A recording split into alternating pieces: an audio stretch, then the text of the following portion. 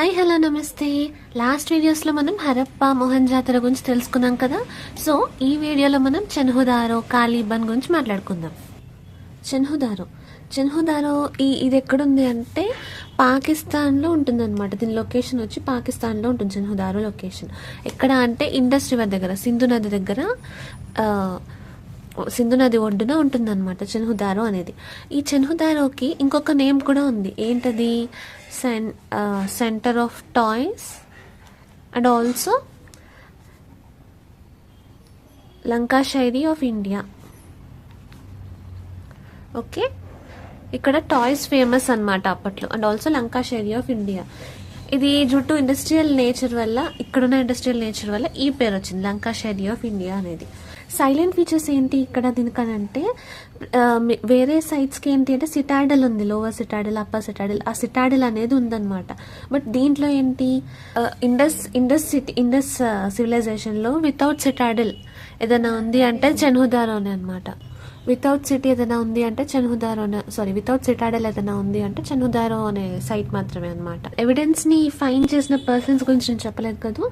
First ఏంటి, 1931లో ఇనీషియల్గా NG Majumdar ఈ పర్సన్ ఫస్ట్ ఆయన చెక్ చేశారనమాట. ఓకే, ఎవిడెన్స్ని ఫస్ట్ ఫైండ్ చేసిన స్టార్ట్ చేసిన పర్సన్ ఈయన అనమాట. అండ్ నెక్స్ట్ సీక్వెన్స్లో నెక్స్ట్ వచ్చిన పర్సన్ ఏంటి అని అంటే ఈజేహెచ్ మ్యాకై. గుర్తుపెట్టుకోండి, ఎన్జీ మంజుదార్ ఏమో 31లో వచ్చారు, ఈ పర్సన్ ఏమో 1935లో వచ్చారు, మర్చిపోవద్దు. ఓకేనా, ఈ పర్సన్ 31లో కండక్ట్ చేస్తే, ఇన్వెస్టిగేషన్ స్టార్ట్ చేస్తే, ఎవిడెన్స్ని ఫైండ్ చేయడం స్టార్ట్ చేస్తే, ఈ పర్సన్ 1935లో కంటిన్యూ చేస్తారు దాన్ని. ఓకే, అండ్ వీళ్ళ ఆక్యుపేషన్ ఏంటి అంటే బీడ్స్ మేకింగ్. ఉమెన్స్ ఆర్నమెంట్స్ పెట్టుకుంటారు కదా, సో వాటిలో ఉన్న బీడ్స్ అనేవి తయారు చేయడము, అట్లనే షెల్ కటింగ్, టాయ్ మ్యానుఫ్యాక్చరింగ్. ఇది ఫేమస్. ఓకే, టాయ్ మ్యానుఫ్యాక్చరింగ్ మనం ఆల్రెడీ అనుకున్నాం కదా. చెన్హుదారో అనేది సెంటర్ ఆఫ్ టాయ్స్గా పేరు పొందిందనమాట. ఓకే, సో ఇది చాలా ఇంపార్టెంట్. ఇక్కడ చెన్హుదారో ప్లేస్లో ఇక్కడ దొరికిన ఎవిడెన్స్ ఏంటి, ఫైండింగ్స్ ఏంటో చూద్దాం. ఫైండింగ్స్ ఏం దొరికాయి ఇక్కడ అని అంటే ఇండస్ట్రియల్ గూడ్స్, కాస్మెటిక్స్, ఆర్టిఫాక్ట్స్ లాంటివి, అట్లాంటివి దొరికాయి అన్నమాట. ఒక్కొక్కటి చూద్దాం. ఇండస్ట్రియల్ గూడ్స్ అంటే కాపర్తో తయారు చేసిన ఎలిఫెంట్స్ ఉంటాయి కదా, ఎలిఫెంట్స్ డెకరేషన్ ఉంటుంది కదా, కాపర్తో తయారు చేసిన ఎలిఫెంట్స్ డెకరేషన్ కావచ్చు, బులక్ కార్ట్స్ కానీ, బులక్ కార్ట్స్ ఇవన్నీ ఉంటాయి కదా, బ్రాన్స్ ఐడల్స్ ఉంటాయి కదా, అవి కానీ, అట్లా ఈ బీట్ మేకింగ్, షెల్ కటింగ్ ఇవన్నీ దొరికాయి అన్నమాట. మెటల్తో తయారు చేసిన వస్తువులు కావచ్చు. నెక్స్ట్ కాస్మెటిక్స్ గురించి మాట్లాడుకుంటున్నాం కదా. ఇక్కడ మెయిన్గా ఏం గుర్తుపెట్టుకోవాలంటే, చెన్హుదారో అనగానే మీకు లిప్స్టిక్ గుర్తు రావాలి. ఓకే, ఇక్కడ లిప్స్టిక్స్ అనేవి దొరికేవంట, లిప్స్టిక్ లైక్ సబ్స్టెన్స్ దొరికేది. అలాగే ఇంక్ పాట్ ఉంటుంది కదా, ఇంక్ పాట్ దొరికేది. బీడ్స్ మేకింగ్, ఆర్నమెంట్స్ కూడా కాస్మెటిక్స్ కిందకే వస్తాయి కదా, సో ఆ బీడ్స్ మేకింగ్ అనేది కూడా దొరికేది అనమాట. ఇవి కాకుండా వేరే ఫైండింగ్స్ ఏంటి అని అంటే, అదర్ ఫైండింగ్స్ ఏంటంటే ఫుట్ ప్రింట్స్ దొరికేవన్నమాట. డాగ్స్, క్యాట్స్వి, వాళ్ళ ఫుట్ ప్రింట్స్ దొరికేవి బ్రిక్స్ మీద.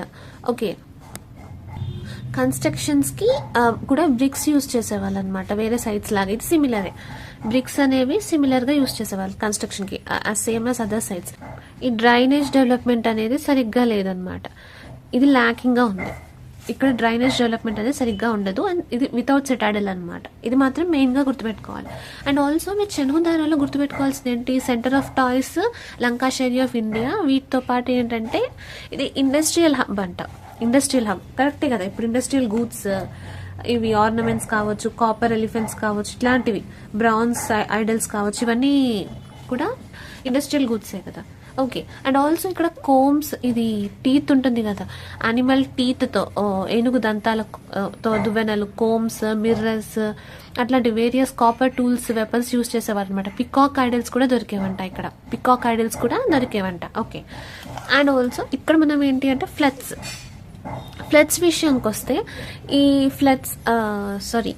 ఫ్లడ్స్ ఏంటి ఇక్కడ అని అంటే ఇది ఎలా కొలాప్స్ అయింది అని అంటే చాలా మంది వీళ్ళు ఎంక్వైరీ చేసిన వాళ్ళు మనకు దొరికిన ఎవిడెన్స్ బట్టి చెప్పింది ఏంటి అంటే చిన్న చిన్న ఫ్లడ్స్ రావడం వల్ల 3 times అలా ఫ్లడ్స్ రావడం వల్ల డెస్ట్రాయ్ అవుతూ ఉంటే కట్టారు మళ్ళీ అలా ఫ్లడ్స్ వల్లే ఇది కూలిపోయింది అనేది చెప్తున్నారు అనమాట.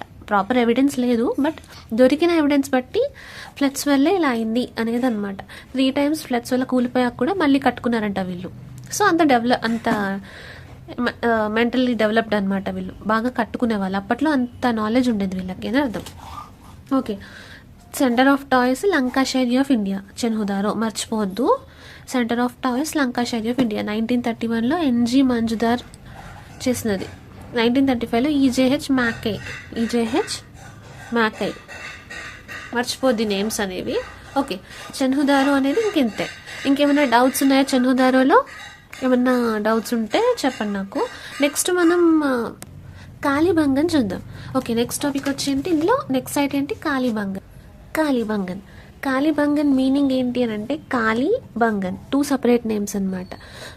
కాళీ అంటే బ్లాక్ అని అర్థం, కాళీ అంటే ఏంటి? బ్లాక్ అని అర్థం. మరి బంగన్ అంటే ఏంటి? బ్యాంగిల్స్. బంగన్ అంటే బ్యాంగిల్స్, బ్లాక్ బ్యాంగిల్స్ అని అర్థం. ఇది రాజస్థానీ గుజరాతీ లాంగ్వేజ్లో ఇలా అంటారనమాట, కాళీబంగన్ అని అంటారు.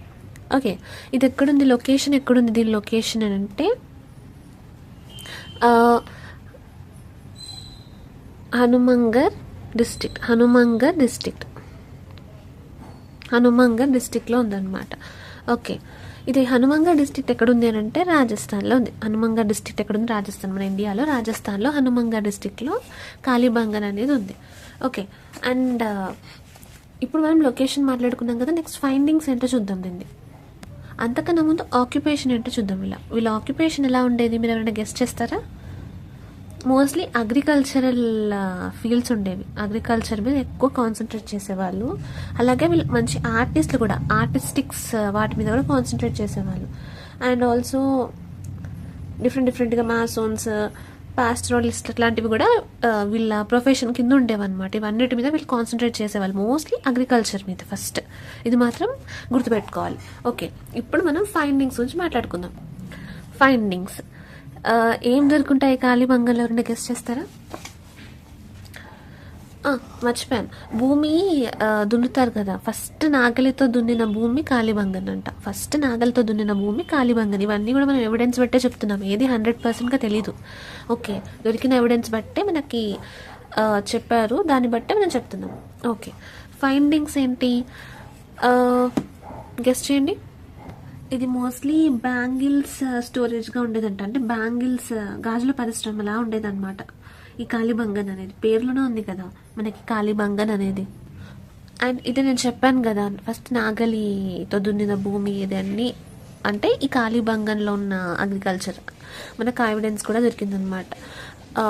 ఫ్యూరో మార్క్స్ అని అంటాం మనం దాన్ని, గొడ్డలతో దున్నడాన్ని. Okay, agriculture land with furrow marks అని అంటాం. ఓకే, అండ్ ఆల్సో ఇది రిచువల్ సైట్ కూడా. 7 అంటే ఏమంటారు, హోమగుండాలు ఉండేవంట అప్పట్లో. 7 హోమగుండాలు అలా ఉండేవంట. కాకపోతే వాటి చుట్టూ జంతువుల అవి బలిచ్చినట్టు కూడా ఉండేవని చెప్తారు, బట్ అది కన్ఫర్మ్గా మనకి తెలియదు అనమాట, జస్ట్ అజంప్షన్ అంతే. Okay, and also camel bones దొరికేవి అక్కడ. క్యామెల్ బోన్స్, శివలింగం దొరికేది, దేవుడి శివలింగం ఉంటుంది, ఆ శివలింగం విగ్రహం టెరకోట అనేది దొరికేది. అలాగే బ్యాంగిల్ మేకింగ్ ఇండస్ట్రీగా కూడా ఫేమస్ అంట.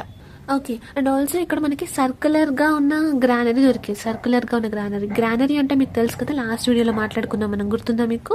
గ్రానరీ అంటే ఏంటో హరప్పాలో క్లియర్గా ఎక్స్ప్లెయిన్ చేశాను మీకు, గుర్తుందా? మోహెంజాదాలో కూడా వచ్చింది గ్రానరీ అనేది. అదే ధాన్యాగారాలు స్టోర్ చేసుకునే ధాన్యము, ఫుడ్ అంటున్నాను, ఇవి ఉంటాయి కదా, ఒడ్లు కావచ్చు, అట్లాంటివి స్టోర్ చేసుకునే ఒక ఏమంటారు, ఒక వస్తువు అనమాట. వస్తువు అంటున్నాను, ఒక ప్లేస్ అనమాట. ఓకే, ధాన్యాగారానికి సంబంధించింది, దీన్నే గ్రానరీ అంటారు, స్టోర్ చేసుకునే ప్లేస్ అనమాట. ఓకే, అండ్ ఆల్సో ఇక్కడ మెసొపటోమియాకి సంబంధించిన సీల్స్, అప్పటి సీల్స్ ఉంటాయి కదా, ముద్రికలు, అవి కూడా దొరికాయి. And also the first recorded evidence of earth quake అంట. ఎర్త్ క్వేక్ వచ్చిన ఫస్ట్ ఇక్కడే వచ్చింది అని ఎవిడెన్స్ ఇక్కడే దొరికింది. అప్రాక్సిమేట్లీ 2600 BC టైంలో ఎర్త్ క్వేక్ వచ్చినట్టు ఎవిడెన్సెస్ అన్నీ మనకి ఇక్కడ ఇందులో దొరికాయి అన్నమాట.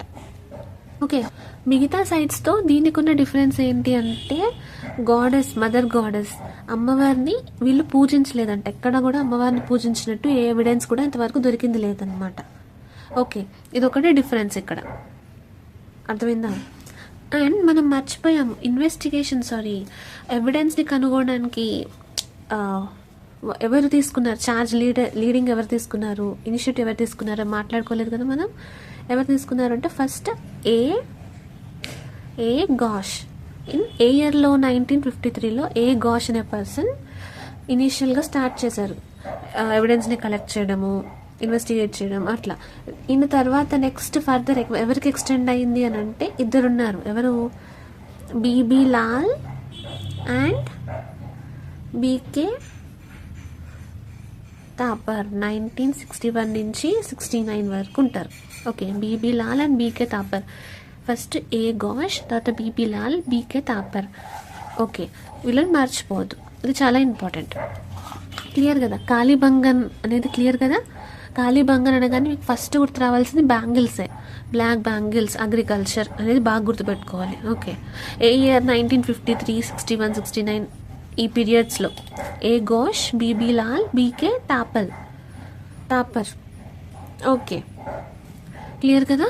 అర్థమైంది కదా మీకు కాళీబంగన్ అంటే ఏంటో?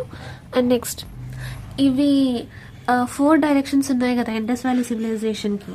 మాండా, దైమాబాద్, సుత్కా, జండర్, అలంగీర్పూర్, ఇవన్నీ కూడా ఒక సెట్ లాగా నేర్చుకుందాం మనం. ఓకే, అవి ఒక్కటి పక్కన పెట్టేద్దాం. ఇప్పుడు ఇది నేర్చేసుకున్నాం మనం, కాళీబంగన్ నేర్చుకున్నాం. సో ఇవి మనం ఈ 4 ఒక వీడియోలో ఒకటే క్లాస్లో నేర్చుకుందాం. నెక్స్ట్ లోథల్ అండ్ ధోలవీరా ఉంటుంది. ఈ లోథల్ అండ్ ధోలవీరా వచ్చి నెక్స్ట్ క్లాస్లో నేర్చుకుందాం. ఐ హోప్ ఈ వీడియో మీకు క్లియర్గా అర్థమైందని అనుకుంటున్నాను. ఏమైనా డౌట్స్ ఉంటే కమెంట్ చేయండి. అండ్ ఏదైనా పాయింట్స్ ఇంకా యాడ్ చేయాలి అని అనుకుంటే అది కూడా కమెంట్ చేయండి, సో దట్ మనకి ఇంకా బాగా గుర్తుంటుంది కదా. సో నాలెడ్జ్ షేర్ చేసుకుంటేనే కదా ఇంక్రీజ్ అయ్యేది. ఓకే, సో ఇవాళ వీడియో ఇక్కడితో ఆపేద్దాం. నెక్స్ట్ వీడియోలో మళ్ళీ కలుద్దాం.